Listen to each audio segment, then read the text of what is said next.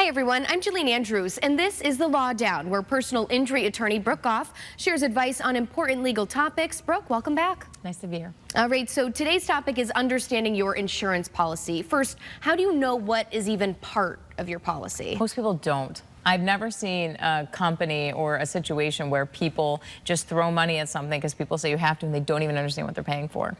You have multiple parts of we're talking about auto insurance today. Homeowners is a whole nother thing, but you have liability, you have underinsured, uninsured motorist coverage, you have MedPay, and you have collision. Those are the four we're going to talk about. There's other coverages about comprehensive. We're not going to talk about those. Firstly, people always say, Brooke, I have full coverage. I don't know what that means. The full coverage just means you have insurance. Welcome to what you're supposed to have.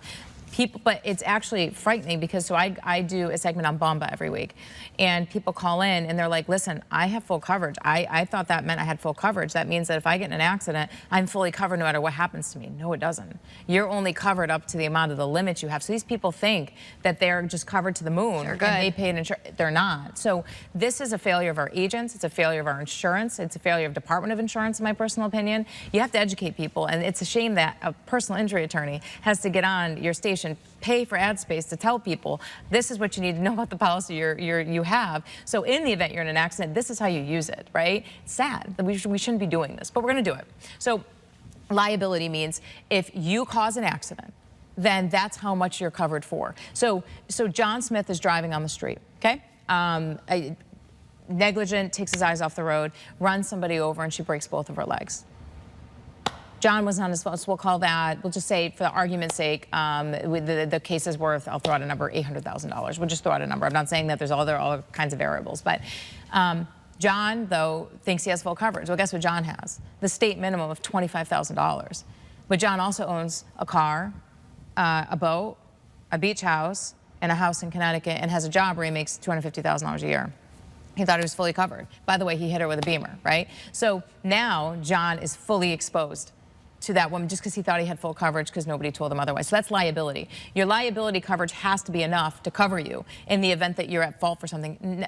Accidents happen. It's why I'm employed, right? Accidents happen. So my recommendation is look at your total assets that you own, how much you make a year, the whole thing, and then multiply that by 2. And that's probably, by what you own, I mean equity. That's probably what you should be protected. So people are insuring themselves way underneath what they think they're fully covered. They don't understand what the numbers mean. So when I say full coverage, that means nothing to me. You're not fully covered. Most people are. I bet you 95% of Connecticut is not fully covered, meaning that they have exposure. I bet that many. So my recommendation is a minimum of $100,000, $300,000. Who cares about the state minimums? Listen, you can afford the car, you can afford the Starbucks cup of coffee, you can afford the extra 50 or 60 bucks it adds. Trust me, $50 or $60 is cheaper than paying a judgment of $500,000 and $600,000 later. And it happens. And you don't think it's going to happen to you until it does. That's your liability. Underinsured, uninsured motorist coverage is next. That is if somebody hits me without insurance or without enough insurance, if they have the 25 grand, how can I protect myself? Well, I always tell people, what is it worth if you cannot do anything or make a living for a year? What are your bills? What are your medicals? Now add your medicals on top of that. The whole thing, trust me, this happens to people. It happens to people all day, every day. It's why I'm employed, okay? And let me tell you, until it happens to you, you don't want to be that person that said, oh, I should have. Right. So underinsured, uninsured motorist coverage typically equals your liability coverage. Again, a minimum of 100. I tell people, beef it up as much as you can. I'll tell you this, if it's between the BMW M8 versus the lower end BMW, one stage down, then nobody will know the difference really. Pay for the insurance, right? Really second to last is MedPay. Free medical coverage. In Connecticut, I mean, all this the politics, the politicians are all up there making all kinds of promises. We don't know what they're going to be able to meet, not meet.